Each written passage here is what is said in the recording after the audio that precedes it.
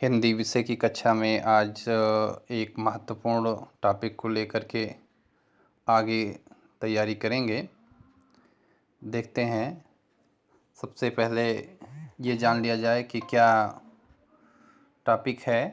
श्रुत भिन्नात्मक शब्द या समानाभास शब्द, ये दोनों एक ही तरह के शब्द होते हैं। श्रुत भिन्नात्मक का अर्थ होता है कि सुनने में तो एक श्रुति सम भिन्नात्मक, श्रुति सम भिन्नात्मक शब्द।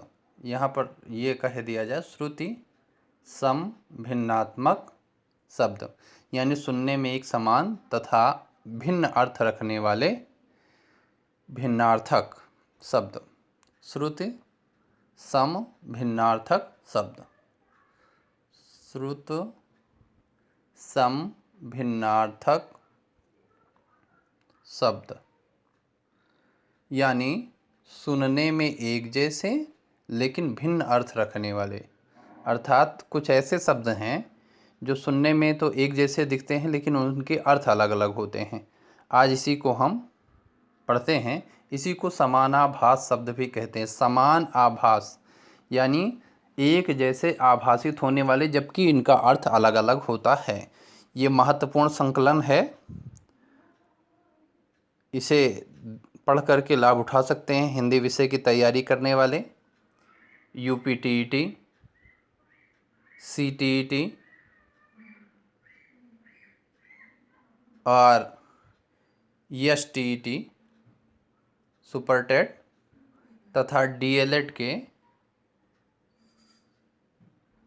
DLED के प्रशिक्षु इसे पढ़ करके लाभ उठा सकते हैं। आइए देखते हैं। पहला है अंश। ये जो तालव्य सा है, ये सा रहेगा तो अंश माने होता है भाग, और जब सरौता वाला सा रहता है तो इसका अर्थ होता है कंधा। इसका अर्थ होता है भाग, अंश का अर्थ भाग, और इस अंश का अर्थ होता है कंधा। ठीक है। दूसरा है यति और यति। यति माने होता है विराम। यति ठहराव को कहा जाता है, विराम को कहा जाता है। जबकि ता में बड़ी की मात्रा हो जाएगी, यति हो जाए तो यति कहते हैं सन्यासी को। यति किसको कहते हैं? सन्यासी को। यति बड़ी की मात्रा रहेगी तो सन्यासी। आइए तीसरा देखते हैं, आदि। आदि जो है, आदि माने होता है प्रारंभ। आदि माने होता है प्रारंभ। आदि माने अन्य भी होता है। राम मोहन गीता आदि, तो आदि माने होता है प्रारंभ, और आदि माने होता है लत लगना। आदि माने होता है लत। लत क्या होती है? आदत। तो आदि माने होता है आदत पड़ जाना यानी लत पड़ना, और आदि माने होता है शुरुआत, प्रारंभ। चलिए आगे बढ़ते हैं। अवधि। अवधि माने होता है समय। समय काल को हम क्या कहते हैं? अवधि। और अवधि कहते हैं एक बोली है, हिंदी की एक बोली को अवधि कहते हैं। इसी प्रकार से अनिल। अनिल कहते हैं हवा को, और अनल कहते हैं आग को। बहुत पूछा जाता है अनिल। अनिल का अर्थ क्या होता है? हवा, और अनल का आग। वेरी मोस्ट इम्पॉर्टेंट रहता है। अगला है कली। कली जो है एक युग है जिसको कलयुग कहते हैं, और कली बड़ी की मात्रा होती है तो इसको अर्ध खिला पुष्प जो है, आधा खिला हुआ फूल को कली कहा जाता है। अगला है कुल। कुल माने क्या होता है? किनारा या तट, और कुल माने होता है वंश। कुल माने होता है, कहते हैं कि किस कुल के हो, तो कुल माने होता है वंश। अगला है प्रसाद। प्रसाद माने होता है कृपा। प्रसाद माने कृपा। प्रसाद माने कृपा। प्रासाद माने महल। वेरी मोस्ट इंपॉर्टेंट, प्रासाद माने महल, ये मोस्ट है। प्रासाद का क्या अर्थ होता है? महल, और प्रसाद माने कृपा। अगला है चिर। चिर माने सदा या प्राचीन, लगातार चला आ रहा या प्राचीन काल से चला आ रहा। और चीर माने होता है वस्त्र। चीर माने वस्त्र। अगला है जरा। जरा माने होता है बुढ़ापा, और जरा जब नीचे नुक्ता लगा रहता है तो जरा सा। जरा माने होता है थोड़ा। ऐसे जा रहेगा तो जरा माने बुढ़ापा, और जरा माने थोड़ा सा। पुरुष, पुरुष माने मनुष्य, परुष, परुष माने कठोर। वेरी मोस्ट इंपॉर्टेंट है, परुष माने कठोर।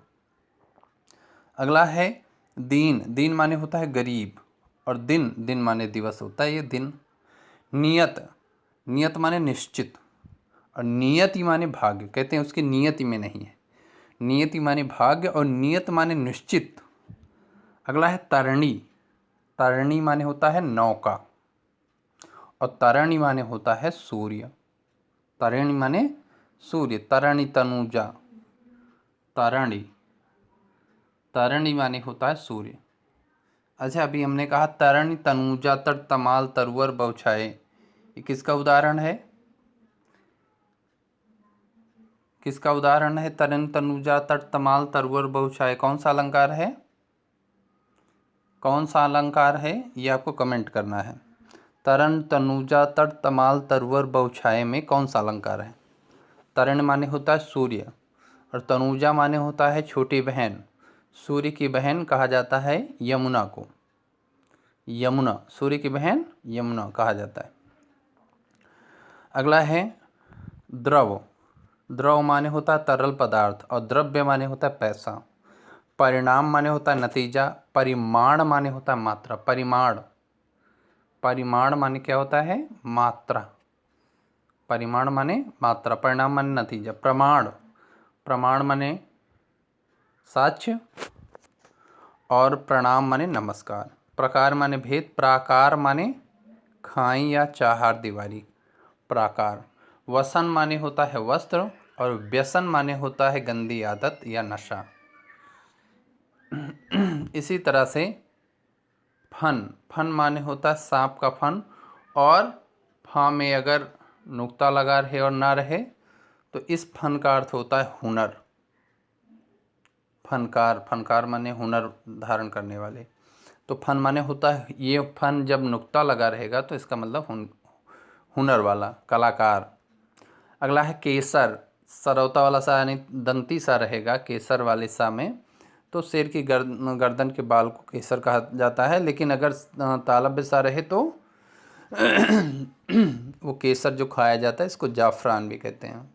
इस वाले में तालव्य सा रहेगा। तुरंग, तुरंग माने घोड़ा, और तरंग माने लहर। सर, ये भी बहुत महत्वपूर्ण है। सर माने होता है सरोवर यानी तालाब, लेकिन ये सर जो है ये सर माने होता है बाण। ये सर माने क्या होता है? बाण। अगला है समान माने बराबर, सामान माने कोई भी वस्तु। सुत, सुत माने, सुत माने क्या होता है? बेटा। सुत माने क्या होता है? बेटा। और सूत माने होता है ब्याज, नहीं सूत, अच्छा ये सूत माने होता है, ये सूत माने होता है सारथी। सूत माने होता है सारथी। क्या है सारथी? रथ चलाने वाले को सारथी कहते हैं। सूत माने सारथी, सुत माने बेटा। अगला है चषक, चषक माने होता है आदत, चस्का जिसको कहते हैं, और ये चषक माने प्याला। बहुत वेरी मोस्ट इम्पॉर्टेंट है। चषक माने क्या होता है? प्याला। संस्कृत में चषक प्याला को कहते हैं। इस प्रकार से ये श्रुति सम भिन्नात्मक, सुनने में एक जैसे लेकिन भिन्न अर्थ रखने वाले शब्दों को श्रुति, श्रुत, सम भिन्नार्थक शब्द कहते हैं, या इसे ही हम समानाभास शब्द कहते हैं। वेरी मोस्ट इम्पॉर्टेंट, हिंदी विषय की को लेकर तैयारी करने वाले विभिन्न प्रतियोगी परीक्षाओं में ये प्रश्न पूछा जाता है। यहाँ तक कि समीक्षा अधिकारी की परीक्षाओं में भी ये प्रश्न पूछा जाता है, तो इसे पढ़कर आप तैयार कर सकते हैं।